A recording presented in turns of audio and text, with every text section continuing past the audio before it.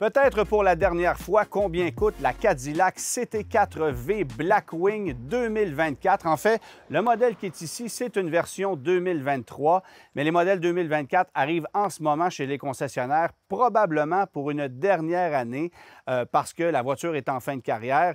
Aussi parce que, bien sûr, on lance une version commémorative qui souligne peut-être la fin du modèle, mais surtout les 20 ans des versions V chez Cadillac, parce qu'en effet, c'est en 2004 que Cadillac avait lancé pour la première fois la CT-SV, qui était une véritable voiture de performance à boîte manuelle avec moteur V8, ce que produit toujours Cadillac avec la CT5V Blackwing, une bête de performance que j'avais pu mettre à l'essai l'an dernier. À 668 chevaux, c'est vraiment une voiture impressionnante, très rare, une véritable voiture de collection, certainement.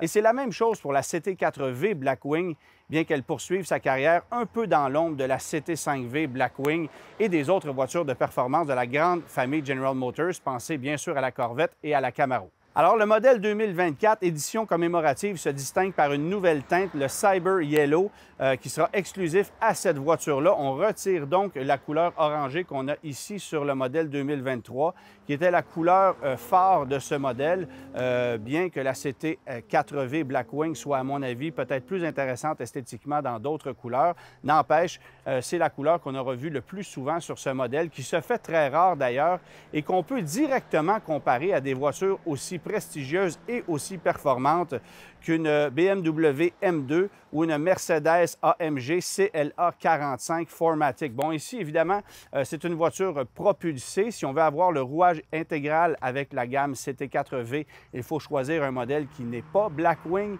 et qui est doté d'un 4 cylindres de 2,7 litres turbo-compressé. Mais dans ce cas-ci, on est complètement ailleurs. Voiture de haute performance, disponible en boîte automatique, mais dans ce cas-ci, c'est une boîte manuelle et ça fait 472 chevaux de puissance. Alors, plus de puissance que la CLA 45 et même plus de puissance que la BMW M2 de nouvelle génération qui produit 453 chevaux. Alors, une voiture extrêmement sérieuse, bien que ses origines datent d'il y a plusieurs années, parce qu'évidemment, cette voiture-là dérive directement de la Cadillac ATS qui avait été lancée en cours d'année 2012 comme modèle 2013, la berline ATS, évidemment, voiture qui a été retirée du marché en 2018 avant qu'on revienne avec une CT4 pour 2020, qui est une évolution essentiellement de la CTS, mais avec un châssis renforcé et avec des qualités routières encore plus intéressantes. Et c'est d'ailleurs dommage qu'on n'ait pas lancé une CT4V Blackwing en version coupée, qui aurait pu bien sûr s'inspirer ou dériver de l'ancienne Cadillac ATS coupée, qui était très élégante et qui avait poursuivi sa carrière jusqu'en 2019. Donc, uniquement en 2019, l'ATS était offerte qu'en modèle coupé avant qu'on la retire. Et ça aurait été intéressant esthétiquement d'avoir une version à deux portières, surtout qu'on aurait eu une rivale directe avec la BMW M2. Bon, vous allez me dire que c'est une voiture nichée, la BMW M2, mais c'est aussi le cas pour la CT4V Blackwing. D'ailleurs, il faut compter sur les doigts d'une main le nombre de voitures qu'on a pu voir sur les routes. Elles se font très rares, les CT4V Blackwing, particulièrement ici au Canada. Quelques dizaines d'unités seulement ont été distribuées parce que, bien sûr, comme la CT5V Blackwing, la grande majorité de la production demeure sur le marché américain. C'est particulier de prendre le volant de la Cadillac CT4V Blackwing parce que Cadillac ne nous a jamais habitués à ce genre de produit-là. Je vous donne un exemple. Si vous conduisez une Mercedes AMG, une BMW de la série M, bien, ça fait des décennies qu'on fabrique des voitures et elles sont toujours évolutives. Alors, lorsqu'on prend le volant d'une nouvelle voiture BMW ou Mercedes-Benz ou même Audi, bien, on sait un peu à quoi s'attendre. Alors qu'ici, on est dans le néant le plus total. On prend place à bord de la voiture et on n'a aucune idée de ce qu'elle va nous offrir. Et c'est ce que j'ai aimé de la Cadillac CT4V Blackwing lors du premier contact, évidemment, parce que, bon, d'une part, je connaissais ses origines. C'est une voiture qui dérive, évidemment, de l'ancienne Cadillac ATS. Alors, on partait de très loin. Mais première constatation, position de conduite fantastique. Les sièges qui sont parfaitement moulé. L'habitacle a toujours été pour moi un irritant dans la Cadillac ATS d'époque parce qu'il était plus étroit que celui des voitures concurrente de l'époque. Mais là, la vocation de la CT4 a changé. Alors, on la compare, par exemple, avec une BMW M2, à une CLA 45 AMG chez Mercedes, alors qu'à l'époque, on comparait ça avec une série 3, une Audi A4. Les voitures ont grossi, se sont embourgeoisées, mais Cadillac a conservé le même format de voiture pendant très longtemps, ce qui fait que là, on a une voiture un peu plus distincte par rapport à la compétition. Et comme on n'en vend que très peu, c'est encore plus distinctif. Mais la conduite, c'est fantastique. Comment est-ce que Cadillac a réussi à transformer l'ATS pour faire de cette voiture, la CT4, une bagnole avec beaucoup plus de qualité dynamique que ce qu'on avait dans le passé. Là, évidemment, on est dans une CT4V Blackwing à vocation ultra sportive, mais malgré tout, c'est une voiture ultra solide. La suspension magnétique qu'on retrouve là-dessus va vous offrir le meilleur des mondes. Alors, une suspension très ferme, superbement calibrée pour la conduite sportive, même pour la conduite sur circuit, mais aussi une suspension qui est capable d'être très confortable.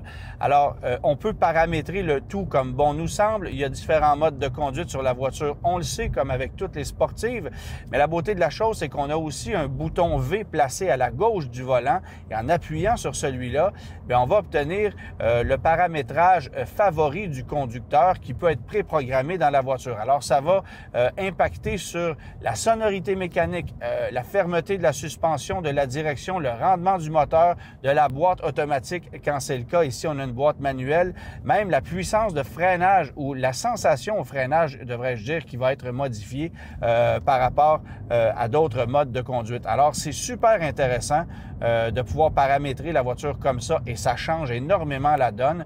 Mais au final, c'est une voiture qui se conduit magnifiquement bien. Je ne saurais vous dire honnêtement ce que je préfère en termes de dynamique de conduite entre cette CT4V Blackwing et la nouvelle BMW M2 que j'avais adorée. Alors, c'est dire à quel point c'est une voiture talentueuse et méconnue dans l'industrie automobile. C'est une boîte manuelle à 6 rapports d'une superbe précision. Le moteur V6, c'est un moteur aussi qui est méconnu. Alors, 3,6 litres, biturbo compressé, 472 chevaux. C'est ultra rapide. On parle de 4,1 secondes sur le 0-100 km/h avec la manuelle, mais 3,9 avec la boîte automatique. Alors, on est à peu près dans les mêmes temps qu'une BMW M2, qu'une CLA 45 AMG à boîte automatique avec rouage intégral. Ici, bien sûr, c'est une voiture propulsée. Et si vous voulez obtenir le rouage intégral avec une CT4V, il faut passer à la version non Blackwing qui, elle, va vous offrir le rouage intégral, mais évidemment, un peu moins de puissance. C'est 325 chevaux issus d'un moteur 4 cylindres, 2,7 litres turbo. Moteur que vous allez aussi retrouver notamment dans les Chevrolet Silverado GMC Sierra. Alors, c'est pas du tout la même voiture à ce moment-là. C'est loin d'être désagréable, remarquez, là, mais ici, avec le moteur V6, c'est une véritable machine de guerre. Bon, évidemment, une voiture 3 saisons parce qu'elle est propulsée, mais une voiture solide, ultra puissante, extrêmement agréable à conduire et encore une fois, je le souligne, méconnu de la part de la grande majorité des automobilistes qui ne sauront pas ce que vous conduisez et qui vont être surpris du niveau de performance qu'elle est capable de livrer, ça c'est évident. Quelques éléments techniques qu'il faut souligner sur cette voiture-là, je le mentionnais un peu plus tôt, la suspension magnétique qui est réglable, qui pour moi est une des forces de cette voiture-là. Également, le freinage, disque de 15 pouces à l'avant, 13,5 pouces à l'arrière, étrié à 6 pistons avant, 4 pistons arrière. Alors, il y a énormément de mordants. Et ça, c'est accompagné de pneumatiques très performants, des Michelin Pilot Sport 4S de 18 pouces. Alors, je suis très heureux ici qu'on ait choisi des jantes qui ne sont pas trop grandes. 18 pouces, c'est parfait pour le format du véhicule, alors que chez la compétition, on a tendance à grossir les roues inutilement, souvent pour une question de look. Par contre, ça cogne très dur et c'est pas nécessairement très agréable sur les routes du Québec, alors qu'ici, honnêtement, on a un peu de viande au niveau des flancs. Ça fait toute la différence et ça n'handicape aucunement la voiture en matière de dynamique de conduite. Alors ça aussi, c'est un avantage pour moi. Une voiture qui se conduit magnifiquement bien, qui est d'une grande précision, direction, boîte manuelle, rien à dire de ce côté-là. Franchement, c'est une voiture à découvrir. Bon, je vous dirais que la présentation de la planche de bord, ça, c'est très classique. Instrumentation numérique qui va varier selon le mode de conduite. L'écran central, assez petit, c'est 8 pouces, intègre Apple CarPlay, Android Auto sans fil, bien évidemment, mais la qualité graphique est un petit peu ordinaire. On sent ici qu'on a quelques rides et qu'on serait dû pour une mise à jour, surtout si on compare avec d'autres produits Cadillac comme le XT4 ou l'Escalade, où là, bien, on a une présentation intérieure drôlement plus moderne, mais n'empêche, ergonomiquement parlant, rien à dire. Alors, tout est facile d'accès, bouton physique pour les commandes de chauffage, climatisation, par exemple. Tout est à portée de main. C'est vrai qu'on se sent un peu à l'étroit, je le mentionnais un peu plus tôt, mais quand même, pour le conducteur, le passager avant, c'est vivable. C'est plus pour les passagers arrière où là, c'est un peu limite, bien honnêtement. C'était un problème avec l'ATS, ça l'est encore avec la CT4. Alors, on ne peut pas acheter cette voiture-là dans l'optique d'une vocation familiale. Si vous êtes intéressé par une berline Cadillac, mais que vous devez embarquer plus de 2 personnes, ben considérez la CT5, c'est pas mal mieux adapté parce que même le coffre ici n'est pas très spacieux. J'ai presque envie de vous dire qu'une M2, malgré l'absence de portière arrière, est presque plus spacieuse que cette voiture-ci.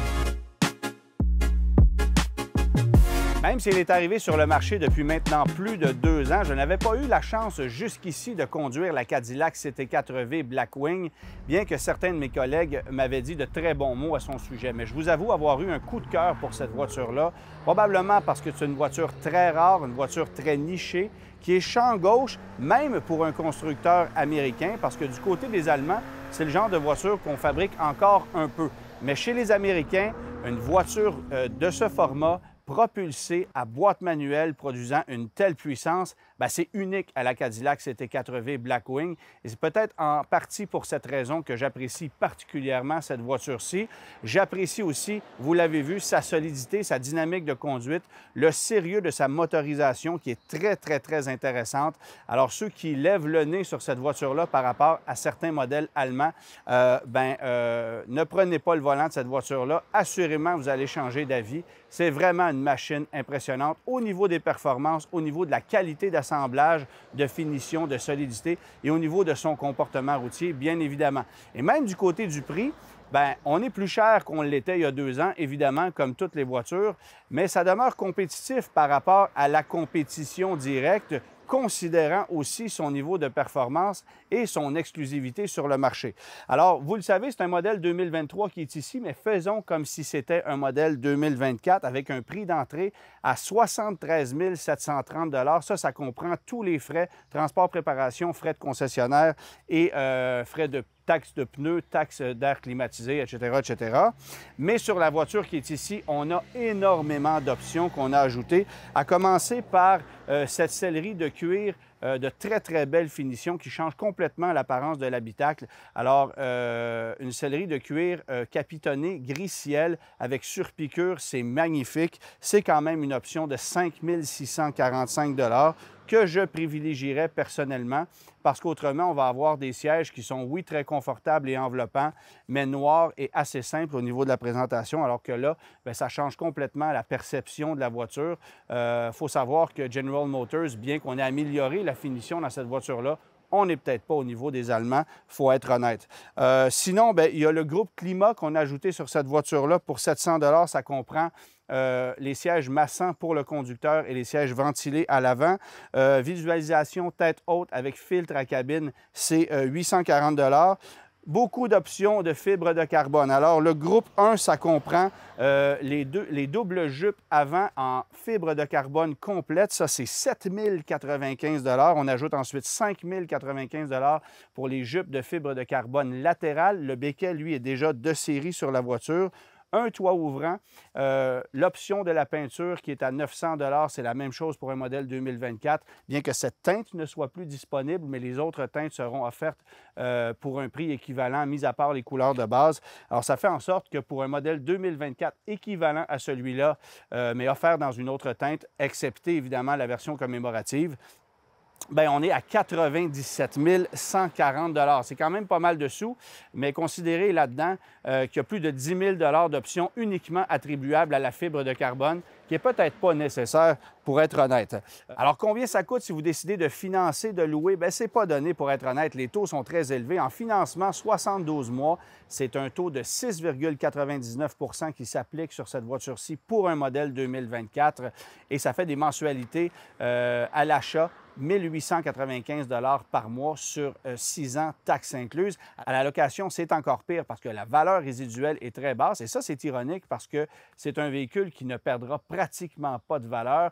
Si la Cadillac CT5V Blackwing vaut son pesant d'or sur le marché d'occasion, c'est probablement la même chose pour ce modèle-ci, bien qu'il soit un peu moins désirable. Alors qu'on abaisse la valeur résiduelle à un taux aussi bas, c'est quand même assez surprenant du côté de chez General Motors. Mais on veut les vendre, ces voitures-là. On ne veut pas les conserver dans le réseau, visiblement. C'est la raison pour laquelle le taux de location est à 9,9 %, que la valeur résiduelle est très basse, et ça fait en sorte qu'on a des mensualités à la location de 2016 $ par mois sur un 4 ans, 20 000 km par année, toutes taxes incluses. C'est plus cher à la location mensuellement qu'au financement. Alors ça, c'est assez particulier et clairement, ça vaut plus la peine de l'acheter que de la louer. Remarquez, la majorité des acheteurs paieront comptant pour une voiture comme celle-là, la rangeront dans un garage et risquent de ne l'utiliser que très peu parce que ça demeure, malgré tout, une voiture de collection franchement intéressante.